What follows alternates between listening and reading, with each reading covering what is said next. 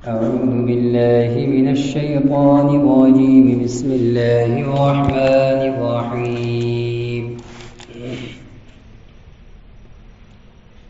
يا أيها الذين آمنوا ادخلوا في السلم كافة ولا تتبعوا خطوات الشيطان إنه لكم عدو مبين. فإن زللتم من بعد ما جاءتكم البينات فاعلموا أن الله عزيز حكيم. هل ينظرون إلا أن يأتيهم الله في ظلل من الغمام والملائكة وقضي الأمر وإلى الله ترجع الأمور. سل بني إسرائيل كم آتيناهم من آية بينة ومن يبدل نعمة الله من بعد ما جاءته فإن الله شديد العقاب.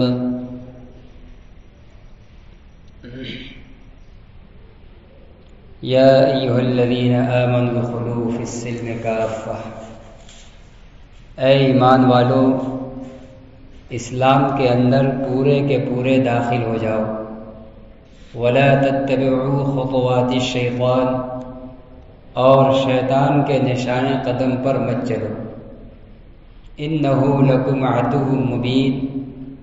بلا شبہ یقیناً وہ تمہارا کھلا ہوا دشمن ہے.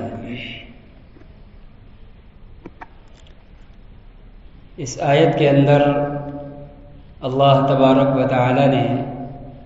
دین اسلام کو قبول کرنے کے بعد مکمل طور پر ہر اعتبار سے اس کو اپنانے کی اور زندگی کے ہر شعبے میں اس کی ہدایات اور تعلیمات کو برتنے کا حکم دے رہے ہیں. ایمان اور اعتقادات، عبادات، معاملات، اخلاق، معاشرت، رہن سہن، وضاقتہ، تجارت، قومی اور سیاسی معاملات، اجتماعی حالات، انفرادی معاملات، جتنی بھی انسانی ضروریات اور تقاضے لگے ہوئے ہیں، تمام کے تمام سلسلوں میں، تمام کے بارے میں اسلام کو مکمل طور پر اپنانا یہ لازم اور ضروری ہے. اسلام مکمل طور پر قبول کیا جائے گا. اس کے اندر بعض احکام کو بعض پر فوقیت دینا یا کسی معاملے میں دوسرے کسی مذہب کی بات کو لینا یہ قبول نہیں کیا جائے گا. پوری کی پوری اسلام کی بات اب اسلام میں داخل ہونے کے بعد قبول کی جائے گی، اس کو اپنایا جائے گا، اسی کو برتا جائے گا. ہوا یہ تھا کہ عبداللہ ابن سلام اور دوسرے بعض لوگ جو یہودی سے مسلمان ہوئے تھے، ان کے دل کے اندر یہ خیال آیا کہ شریعت موسوی، موسیٰ علیہ السلام کا دین بھی تو اپنے زمانے میں برحق تھا. اب ہم نے اسلام قبول کر لیا، اسلام کے آنے کے بعد حضرت محمد صلی اللہ علیہ وسلم پر ایمان لے آئے.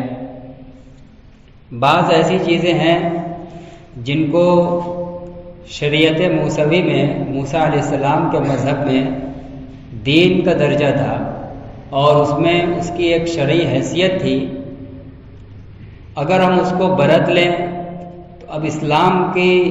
تعلیم سے بظاہر وہ ٹکراتا ہوا نظر نہیں آ رہا ہے، تو تھوڑا موڑا کچھ نہ کچھ موسیٰ علیہ السلام کے دین کا بھی لحاظ ہو جائے. محمد صلی اللہ علیہ وسلم کے دین اور اسلام کو مکمل طور پر برتیں، لیکن تھوڑا تھوڑا جہاں اسلام سے ٹکراؤ نہ ہو، شریعت محمدیہ سے ٹکراؤ نہ ہو، وہاں موسیٰ کی شریعت کو اپنا لیا جائے، اس کو برت لیا جائے. یہ خیال آیا اور آپ صلی اللہ علیہ وسلم سے آ کر کہا کہ یہود کے مذہب میں موسیٰ علیہ السلام کی شریعت میں سنیچر کے دن کی تعظیم کی جاتی تھی، وہ باعظمت دن تھا. اب آپ کی شریعت میں تو یہ نہیں ہے کہ ہاں اس کی تعظیم مت کرو، تو ہم رہیں آپ کی شریعت میں، اور آپ کے یہاں شریعت کی سنیچر کی تعظیم منع بھی نہیں ہے، لہٰذا ہم موسیٰ علیہ السلام کی شریعت کے مطابق سنیچر کے دن کی تعظیم کر لیں، تو آپ کی کسی شرعی حکم سے ٹکرا بھی نہیں رہا ہے۔ اسی طرح موسیٰ علیہ السلام کی شریعت میں اونٹ کا گوشت یہ جائز نہیں تھا، حرام تھا، تو یہ کہا کہ آپ کی شریعت میں اونٹ کا گوشت حلال ہے، تو ٹھیک ہے ہم اس کو دل میں حلال سمجھیں، لیکن موسیٰ علیہ السلام کی شریعت کے ظاہر کا لحاظ کرتے ہوئے نہ کھائیں، پرہیز کریں، ہم اس سے پرہیز کریں گے، حرام سمجھ کر نہیں، محمدی شریعت کے مطابق اس کو حلال سمجھیں گے، لیکن ذرا سا موسیٰ کی شریعت کا لحاظ ہو جائے ظاہر میں اس کو کھائیں گے نہیں۔ جیسے آدمی بہت سی حلال چیز ہے نہیں کھاتا ہے،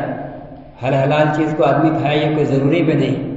تو یہ ان کے دل کے اندر خیال آیا کہ ہم بالقصد سنیچر کے دن کی تعظیم کر لیں اور اونٹ کا گوشت کھانے سے پرہیز کر لیں، اس کو حرام نہیں سمجھیں گے لیکن کھانے سے بچیں گے تاکہ ظاہر میں تھوڑا سا موسیٰ کی شریعت کا لحاظ ہو جائے۔ تو اس موقع پر یہ آیت نازل ہوئی کہ یہ لوگ جو ایمان لا چکے اب دین محمدی میں داخل ہو گئے، تو اب ایمان اور نبی کا کلمہ پڑھنے کے بعد اس دین کو، اس اسلام کو مکمل قبول کرنا ہے، ذرا بھی اب کسی دوسرے مذہب کی رعایت نہیں کرنی ہے۔ یہاں اس مذہب کی رعایت سے منع کیا گیا ہے جو اسلام سے پہلے، محمد صلی اللہ علیہ وسلم کی شریعت سے پہلے ایک حق مذہب تھا، اللہ کا بھیجا ہوا تھا، موسیٰ کا دین، عیسیٰ کا دین۔ اسلام میں داخل ہونے کے بعد اس کو اپنانے سے، اس کا کوئی حصہ، کوئی جز لینے سے منع کیا جا رہا ہے۔ تو جو وہ دین جو سرے سے باطل ہو، وہ آسمانی کبھی رہے ہی نہ ہو، جیسے کفر و شرک کا مذہب ہے۔ ہمارے ہندوستان میں یہودی اور عیسائی کے علاوہ جو اور جتنے جھوٹے اسلام کے علاوہ مذاہب ہیں، تو ان کا کوئی عنصر، ان کی تہذیب اور دین کا کوئی جز زندگی کے کسی حصے میں لیا جائے، اس کو کیسے گوارا کیا جا سکتا ہے؟ اسی طرح بدعات ہیں، بہت سی چیزیں ہم لوگ دین کے اندر نئی نئی ایجاد کر لیتے ہیں، بعض چیزوں میں یہ کہہ کر کہ شریعت میں اس کے کرنے کی ممانعت تو نہیں آئی ہے، شریعت میں اس کا کوئی تذکرہ ہی نہیں ہے، تو ہم اس کو کر لیتے ہیں، شریعت سے کوئی ٹکراؤ نہیں ہوگا، حالانکہ وہ چیز بدعت کے اندر داخل ہوتی ہے۔ تو کوئی بھی چیز جو اسلام کی ہدایات اور تعلیمات جتنا پورا تفصیل کے ساتھ بیان کر دیا گیا، اور کوئی زندگی کا گوشہ ایسا نہیں ہے کہ انسان کو مذہبی رہنمائی کی ضرورت ہو اور اسلام وہاں خاموش ہو، ہر جگہ اس کی رہنمائی موجود ہے۔ اس لیے ایک مسلمان کے لیے اسلام کو چھوڑ کر کسی اور بات کو اپنانا جائز نہیں ہے۔ اس چیز کو کہا کہ اگر اسلام میں مکمل داخل نہیں ہوگے، کچھ چیز دوسرے مذہب کی بھی اپنے اندر لوگے، تو یہ شیطان کی پیروی ہے، اس لیے کہ شیطان نے بھی وہی کیا تھا۔ شیطان اللہ تعالیٰ کے سارے احکام کا منکر نہیں تھا، اللہ کے اور احکام کا وہ قائل تھا، صرف ایک حکم کا اس نے انکار کیا تھا کہ آدم کو سجدہ نہیں کریں گے۔ لہٰذا اس سے یہ پتہ چلا کہ اللہ کے احکام میں تفریق کرنا، بعض کو پکڑنا بعض کو چھوڑنا، یہ شیطانی چال ہے، یہ شیطانی عمل ہے، ابلیسی عمل ہے، لہذا ایمان والوں کو اس کی اجازت نہیں ہے۔ یہ خیال آنا اور اس طرح کا کام کرنا کہ بعض احکام میں اسلام پر رہیں اور بعض چیزوں میں دوسرے مذہب کی تہذیب کو لے لیں، یہ بالکل شیطان کا عمل ہے اور شیطان نے دل میں خیال ڈالا ہے، اور اس کے بارے میں اللہ تعالیٰ متنبہ فرما رہے ہیں کہ شیطان کے خیالات اور اس کے نقش قدم پر چلنے کی کوشش مت کرنا، وہ تمہارا دشمن ہے، کھلا دشمن ہے۔ اللہ سے اعلان، اس نے قسم کھا کر وعدہ کیا اور اعلان کیا ہے کہ ہم تیرے بندوں کے راستے میں بیٹھیں گے، وہ صراط مستقیم پر آنا چاہیں گے، ہم اس راستے میں بیٹھیں گے، ان کو بھٹکانے کی، ہٹانے کی کوشش کریں گے۔ اللہ تعالیٰ نے بھی کہا جا میں تجھے قیامت تک مہلت دیتا ہوں، اور میرے نیک بندے تیرے بہکاوے میں نہیں آئیں گے، اور جو بہکاوے میں آئیں گے میں ان کو اور تجھ کو ایک ساتھ جہنم میں ڈال دیں گے۔ یہ سب تفصیلات سورہ پارہ کے اندر اللہ تعالیٰ نے بیان فرمائی۔ تو یہ ایک بڑا بنیادی اور اہم حکم ہے کہ ہمیں اسلام کے اندر تفریق نہیں کرنی ہے، مکمل قبول کرنا ہے۔ آج ہم لوگوں کے اندر یہ چیز آ گئی ہے، ہم مسلمان ہیں، اللہ اور اس کے رسول کے نام لیوا ہیں، اس کے نام پر اپنے آپ کو قربان کرنے اور مر مٹنے کے لیے تیار ہیں، لیکن عملی زندگی کے اندر ہمارے تمام معاملات کے اندر مکمل اسلام ہو ایسا نہیں ہے۔ عملی طور پر ہم اس قرآن حکم کی خلاف ورزی کر رہے ہیں۔ عقائد کو لے لیجئے، اعتقادات بھی ہمارے مکمل اسلام والے نہیں ہیں الا ماشاء اللہ، ورنہ ہمارے اس سماج کے اندر اکثریت کے اندر بڑی بڑی بدعات گھسی ہوئی ہیں۔ تفصیل کا موقع نہیں ہے، موقع بموقع مختلف مہینوں میں مختلف سالوں کے اندر بے شمار بدعات گھسی ہوئی ہیں۔ جیسے ابھی اسی رجب کے اندر تازہ ہے، اس کو ذکر کر دیتا ہوں، 22 رجب کو کنوڑے کے فاتحہ کے نام سے ایک بدعت ہوتی ہے۔ یہ غیر اسلامی ایک چیز ہے، ہم دعوے دار ہیں اسلام کے، لیکن اسلام کے اندر رہ کر اسلام کی باہر کی چیز کو اپنا رہے ہیں۔ یہ ہے، اسی سے اللہ تعالیٰ منع فرما رہے ہیں کہ ایک دین اسلام کو قبول کرنے کے بعد اب دوسرے دین کا کچھ بھی نہیں لینا ہے۔ وَمَن يَبْتَغِ غَيْرَ الْإِسْلَامِ دِينًا فَلَن يُقْبَلَ مِنْهُ، اسلام کے علاوہ کوئی اور دین کوئی تلاش کرے گا، چاہے پورا دین لے، اس کا کوئی ایک حصہ لے، اللہ تعالیٰ فرماتے کہ وہ قبول نہیں کیا جائے گا۔ اور جو اسلام کے علاوہ کوئی اور دین پکڑے گا، دوسرے دین کا کوئی ایک جز پکڑے گا، تو وہ آخرت میں گھاٹا اٹھائے گا، اس کا کوئی فائدہ نہیں ملے گا۔ وہ 90 اسلامی احکام پر عمل کر رہا ہے، لیکن 10 دوسرے مذہب کی چیز کو پکڑ لیا تو اس 10 کی وجہ سے خسارے میں چلا جائے گا، باز پرس ہو جائے گی، گھاٹے میں چلا جائے گا۔ اسی طرح تجارت کے اندر بھی ہمارا بہت سا طریقہ غیروں کے نقل آیا ہے، ہمارے رہن سہن، پہناوا، ہمارے بال چال ڈھال، ہمارے شادی بیاہ کی تقریبات، سیزن وہ بھی چل رہا ہے، اس پر بھی نگاہ ڈال لیجئے۔ ہم دین کیا ہے، اسلام نکاح کے بارے میں اسلامی حکم کیا ہے کہ وہ ایک عبادت ہے۔ 2 اجنبی مرد اور عورت نکاح کے ذریعے باہم محرم ہو کر مل جاتے ہیں، ایک ہو جاتے ہیں، اور اس کا وجود ہوتا ہے 2 گواہوں کی موجودگی میں ایجاب و قبول کے ذریعے۔ دلہن ایجاب کر لے، اس سے کوئی ایجاب کرا لے، اس کا کوئی سرپرست، کوئی اس کا وکیل بن کر، اور دلہا لڑکے کی طرف پھر آ کر اس کے ایجاب کو پیش کر کے کہ فلاں لڑکی نے اپنے آپ کو آپ کے لیے نکاح میں پیش کیا ہے، یا ہم اس کی اجازت سے فلاں کو آپ کے نکاح میں پیش کر رہے ہیں، کیا، پھر وہ قبول کر لیتا ہے۔ اس طرح 2 گواہوں کی موجودگی میں یہ آسان سی عبادت ادا ہو جاتی ہے، مسجد میں ہو، سادگی سے ہو، کم سے کم خرچ کے ساتھ ہو، یہ ہے دین، یہ ہے عبادت اسلام۔ باقی اس کے علاوہ ڈیکوریشن، فضول خرچیاں اور بے پردگیاں، مرد اور عورت کا بے مابا اختلاط، اس دن عورتوں کا پردے کو پیچھے ڈال کر بے حیائی کا کھلے عام ارتکاب کرنا، یہ ساری چیزیں یہ غیر اسلامی ہیں، یہ ہندوستانی معاشرے کے اندر ہندوؤں کی چیزیں ہیں۔ تو ہم مسلمان ہو کر اپنے شادی بیاہ کے اندر ہندوؤں کی تہذیب کو قبول کیے ہوئے ہیں، یہی قرآن کے اس اسلامی حکم کے اور ایک بنیادی تعلیم کے خلاف ہے۔ یا ایھا الذین آمنوا ادخلوا فی السلم کافہ، اسلام میں مکمل داخل ہو۔ اگر ہمارا نکاح مکمل اسلامی نہیں ہے تو ہمارا اسلام میں مکمل داخلہ نہیں ہوا ہے، ہم شیطان کے پیچھے چل رہے ہیں، شیطان کے پیچھے چل رہے ہیں تو دشمن کے ہاتھ میں ہیں، اور دشمن کبھی بھی دوستی اور خیرخواہی کا معاملہ نہیں کرے گا، وہ ہمیشہ نقصان پہنچائے اور گڈھے میں ہی ڈالنے کی کوشش کرے گا۔ اسی طرح وضاقتہ میں دیکھ لیجیے، ہم مسلمان ہیں لیکن بیشتر جوان نوجوان ان کے چہرے داڑھیوں سے صاف ہیں، مڈا رہے ہیں، جبکہ یہ غیر اسلامی عمل ہے، یہ غیروں کا طریقہ ہے، اسلام کا اور نبیوں کا طریقہ نہیں رہا۔ اسی طرح سر کے اوپر بال، آج نوجوان بڑی تیزی کے ساتھ جو خاص کٹنگ میں ہمارے سامنے ہیں، اور سیلونوں پر بڑے بڑے فوٹو بنا کر لگائے رہتے ہیں، مختلف اجڑ اور چور قسم کے، اور فیشن کے نام پر لوگ اسی کو ترجیح دے رہے ہیں، حالانکہ وہ بھی غیروں کا طریقہ ہے۔ وہ قرب قیامت کا جو ایک بہت بڑا فتنہ ہے دجال، کانا دجال جو نکلے گا، خدائی کا دعویٰ کرے گا، اور پختہ ایمان والوں کو وہ سزا دے گا اور اپنے ماننے والوں کو اپنے ساتھ رکھے گا، اور جو اس کے فتنے میں پڑ گیا وہ کفر میں چلا جائے گا۔ تو دجال کے جو چیلے ہوں گے، اس کے کارندے ہوں گے، ان کا حلیہ وہی ہوگا، پیچھے کا حصہ اور کنارے کا حصہ گنجا کرا لیا یا بالکل باریک کرا لیا، اور سر میں بیچ کے بڑے بڑے بال، کہیں چھوٹا کہیں بڑا۔ یہ اسلامی طریقہ نہیں ہے۔ حضرت محمد صلی اللہ علیہ وسلم کی تہذیب اور آپ کا کلچر یہ ہے کہ بال کے چاروں سمت مکمل برابر برابر ہو، چاہے آپ بالکل چھوٹا کرا لیجئے، یہ بھی صحابہ کے عمل سے ملتا ہے، چاہے پھر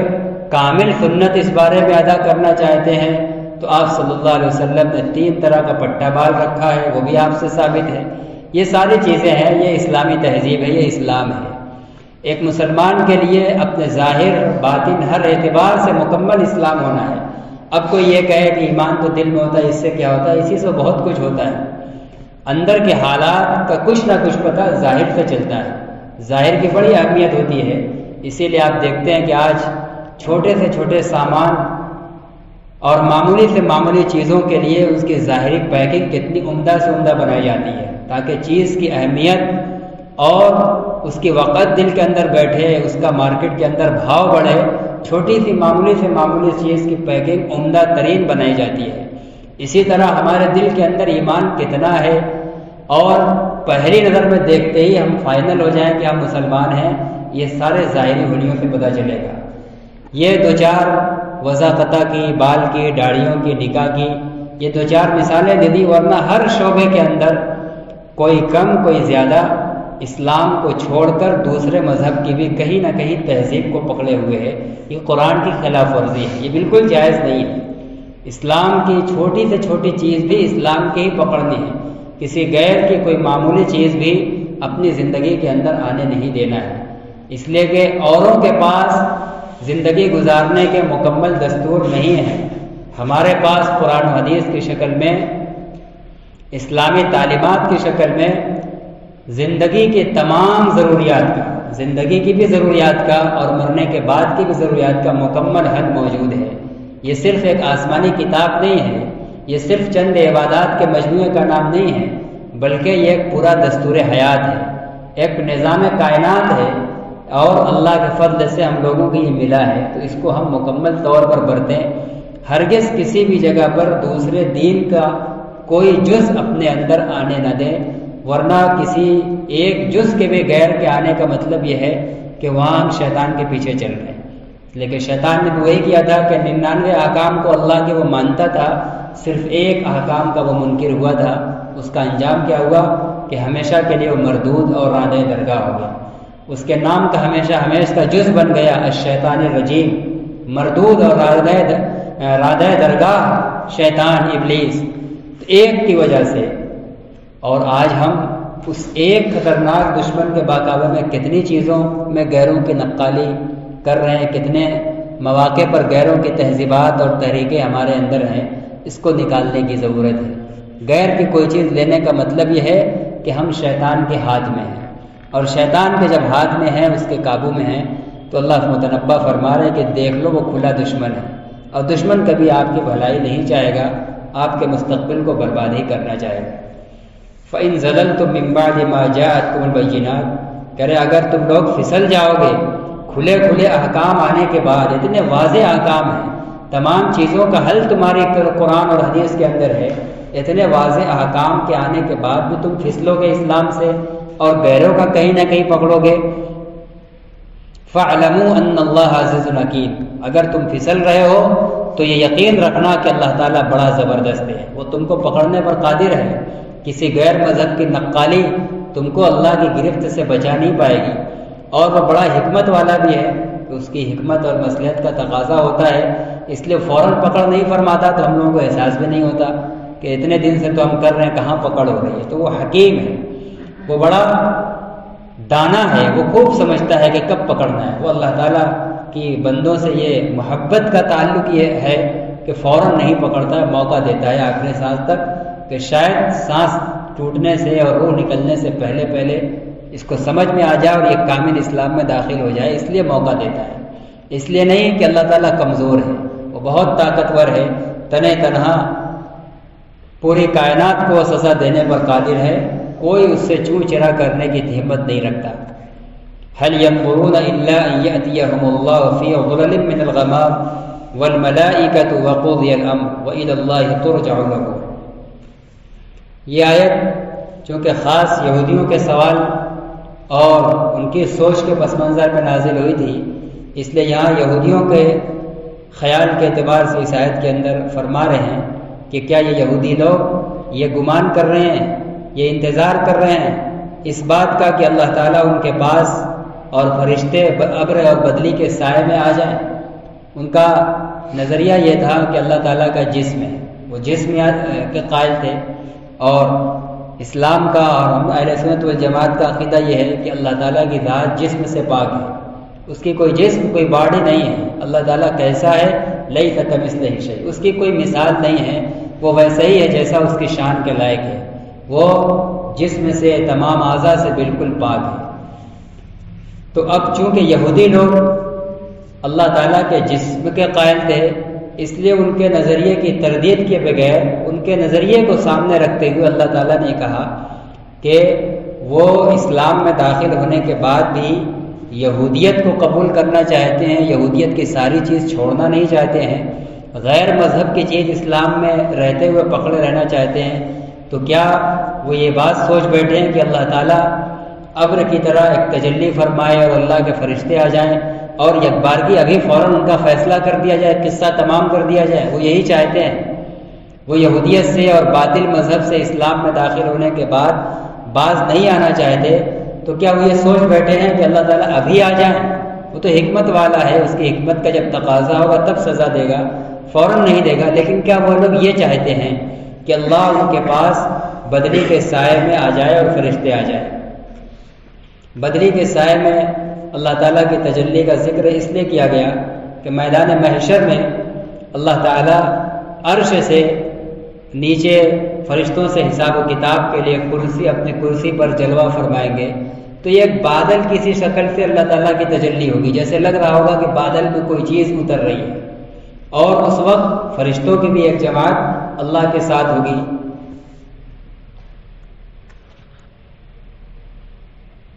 30ویں پارہ میں ایک جگہ کہا بھی گیا ہے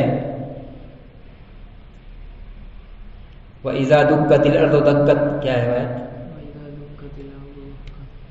وَجَاءَ رَبُّكَ وَالْمَلَكُ صَفًّا صَفًّا، میدان محشر میں جب زمین پہلے قیامت قائم ہوگی اور زمین چور چور کر دی جائے گی، پھر جب محشر حساب و کتاب کے لیے قائم ہوگی تو اللہ تعالیٰ اور فرشتے صف بستہ ہو کر نزول فرمائیں گے، تجلی فرمائیں گے، تو وہ جو تجلی ہوگی وہ بادل کے ایک سائے کی طرح محسوس ہوگی۔ اسی کو کہا ہے کہ وہ اللہ تعالیٰ کو بادل کے ایک سائے میں جو محشر کے دن اترنے کا دن ہے، وہ چاہتے ہیں کہ وہ آج ہی ہو جائے اور ان کے اس کرتوت کا، ان کی حرکت کا آج ہی قصہ تمام کر دیا جائے سزا دے دا کر۔ وہ یہ چاہتے ہیں هل ينظرون الا ياتيهم الله في ظلل من الغمام والملائكة وقضي الامر، کیا وہ لوگ یہ سمجھتے ہیں، انتظار کر رہے ہیں اس بات کا کہ اللہ تعالیٰ ان کے پاس بدلی کے سائے میں آ جائے اور فرشتے آ جائیں، یعنی جو کام محشر میں ہونا ہے وہ ابھی ہو جائے اور اللہ تعالیٰ ابھی ان سزا دے کر ان کا قصہ تمام کر دے؟ وہ یہ چاہتے ہیں، اس لیے باز نہیں آ رہے ہیں۔ وَإِلَى اللَّهِ تُرْجَعُ الْأُمُورُ، اور سن لو اللہ ہی کی طرف تمام امور، تمام کام لوٹائے جائیں گے، نتیجہ اور انجام سارے کاموں کا اللہ ہی کے ذمے ہے۔ ابھی آج مہلت مل رہی ہے تو یہ نہ سمجھنا کہ گرفت نہیں ہوگی، انجام کار ساری چیزیں اللہ کی طرف لوٹنے والی ہیں، تو تم بھی اللہ کی طرف لوٹا جاؤ گے۔ اگر تم نے اسلام میں داخل ہونے کے بعد مکمل اسلام کو قبول نہیں کیا بلکہ اسلام میں رہتے ہوئے غیروں کی بھی تہذیب لیتے رہے تو تم بھی اللہ کی طرف جاؤ گے اور تمہارے کیے گا تم کو سزا ملے گی۔ یہاں اس آیت کے اندر اللہ تعالیٰ کے آنے کی بات کہی گئی ہے کہ اللہ تعالیٰ بدلی کے سائبان میں آئے گا، تو اب اللہ تعالیٰ کا آنا، ایسی اللہ تعالیٰ کا اترنا، یہ سب لفظ آتا ہے۔ تو اب یہ ایک عقیدے کا مسئلہ ہے، عقیدے کا ہم لوگوں کا عقیدہ یہ ہے کہ اللہ تعالیٰ جسم سے پاک ہے۔ اب اللہ تعالیٰ کے لیے جو آنا، یہ اترنا ہوتا ہے تو یہ ہم لوگوں جیسا نہیں ہوتا ہے۔ جیسے ہم لوگ آئے تو چل کر آتے ہیں، ہمارے اعضاء کو حرکت ہوتی ہے، اعضاء کا استعمال ہوتا ہے، اور آنے کا ایک مفہوم ہے ہمارے ذہن میں، اترنا نیچے، اوپر سے نیچے کی طرف۔ تو اللہ تعالیٰ اس سے پاک ہے۔ اللہ کے بارے میں ایک لفظ قرآن نے کہہ دیا لیس کمثلہ شیء، اس کی کوئی مثال نہیں ہے، اس کے نہ ذات کی نہ اس کی صفت کی۔ اب یہاں اللہ تعالیٰ کے آنے کی بات کہی تو ہم لوگ بھی آتے ہیں، اترنے کی بات ہے تو ہم لوگ بھی اترتے ہیں، تو کیا یہ اللہ کا آنا اور اترنا ہمارے ہی جیسا ہے؟ تو نہیں، ہمارے جیسا نہیں ہے۔ ہمارے علماء اسلاف کا یہی ان آیات کے بارے میں عقیدہ ہوتا تھا کہ اس میں کوئی تعویل و توجیہ نہیں کی جائے گی، اور اس کی کیفیت اور اس کے علم کو اللہ کے سپرد کیا جائے گا۔ یہ عقیدہ رکھتے ہوئے کہ اللہ تعالیٰ کا آنا اور نازل ہونا ثابت ہے، کیسا ہے ہمارے جیسا نہیں ہے، کیسا ہے اس کی حقیقت ہمیں نہیں معلوم۔ اور یہ بھی بعض علماء نے کہا ہے کہ جیسے ہم لوگوں کے لیے ہی کبھی ایک لفظ مختلف موقع کے اعتبار سے مختلف تصور ہمارے ذہن میں آتے ہیں، جیسے ہم ایک لفظ کہیں کہ میں آیا، فلاں آیا، تو ایک تصور ذہن میں آتا ہے کہ ہاں وہ اپنے قدم سے چل کر آیا، کہیں سے آیا۔ اور کبھی ہم کہتے ہیں کہ فلاں بات میرے دل میں آئی، میرے دل میں یہ خیال آیا، تو آیا فلاں آیا وہاں بھی آیا ہے، اور میرے دل میں یہ خیال آیا یہاں بھی آ رہا ہے۔ لیکن کیا دونوں آنا ہمارے دل اور دماغ میں ایک جیسا سمجھا جاتا ہے؟ کسی ذات اور کسی شخص کے آنے کی جب بات کہی جاتی ہے تو ہمارا دماغ جاتا ہے کہ ہم وہ کہیں سے اپنے قدم پر سواری پر چل کر آئے، لیکن دل اور دماغ میں میرے خیال میں یہ بات آئی تو وہاں ہاتھ اور پاؤں کا تصور نہیں ہوتا کہ ہاں بات کوئی جسم ہے اور اس کا کوئی پیر ہے وہ چل کر آئے۔ ایسے ہی اللہ تعالیٰ کا بھی آنا ہے، اللہ تعالیٰ کا بھی اترنا ہے، کیسا ہے جیسا اس کے شان کے لائق ہے۔ ہم اس کے کھود کرید کے مکلف نہیں ہیں اور نہ ہمارے لیے جائز ہے۔ اللہ تعالیٰ ہم تمام لوگوں کو ان آیات پر عمل کرنے اور ہم سب کو بھی کامل و مکمل اسلام میں داخل رہ کر اسلامی احکام کو اپنانے کی توفیق عطا فرمائے۔ وآخر دعوانا الحمد للہ رب العالمین۔